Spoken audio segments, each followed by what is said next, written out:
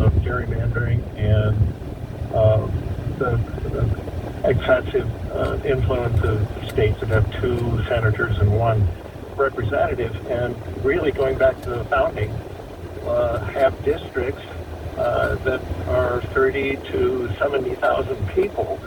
Again, we stopped increasing the number of districts after every census, starting basically in about 1920. 1928, everyone agreed kind of at, what are we at, 435 when you add in Alaska and Hawaii. We should have more like 4,000, 4,350 or maybe 10,000 representatives. I'm not quite sure the math on this, but wouldn't it even be up to 20,000 to get 30,000 districts? And Steve, just for time, I'm going to stop you there just for time, but I think I get the question you're asking. It's like, why can't we grow the number of districts? Why can't we go back to smaller districts as the idea, and that grows the number of districts, and would doing that solve some of the problems that you are articulating? It might solve some of the problems. I mean, you could argue that would lead to a more representative government. They could still gerrymander those smaller districts, though, right? And it wouldn't solve the problem of the U.S. Senate, and it wouldn't solve the problem of the Electoral College. And I think so.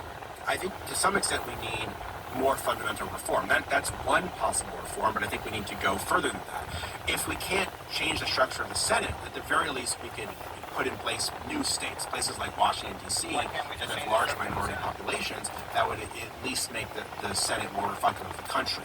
Abolishing the Electoral College, which I think is an idea that is still supported by 70 to 80% of Americans, could be done through 2 ways. It could be done through a constitutional amendment, or it could be done through the National Popular Vote Interstate Compact, which is basically a different kind of way to get around a constitutional amendment. Essentially, when states that have 270 electoral votes get together and pledge that they're going to appoint their state's electors to the winner of the popular vote, that would then abolish the Electoral College through another way. Now, this is very controversial. It would be challenged before the Supreme Court, but those states that are part of this compact have 209 electoral votes now. So they're 61 votes short of 270.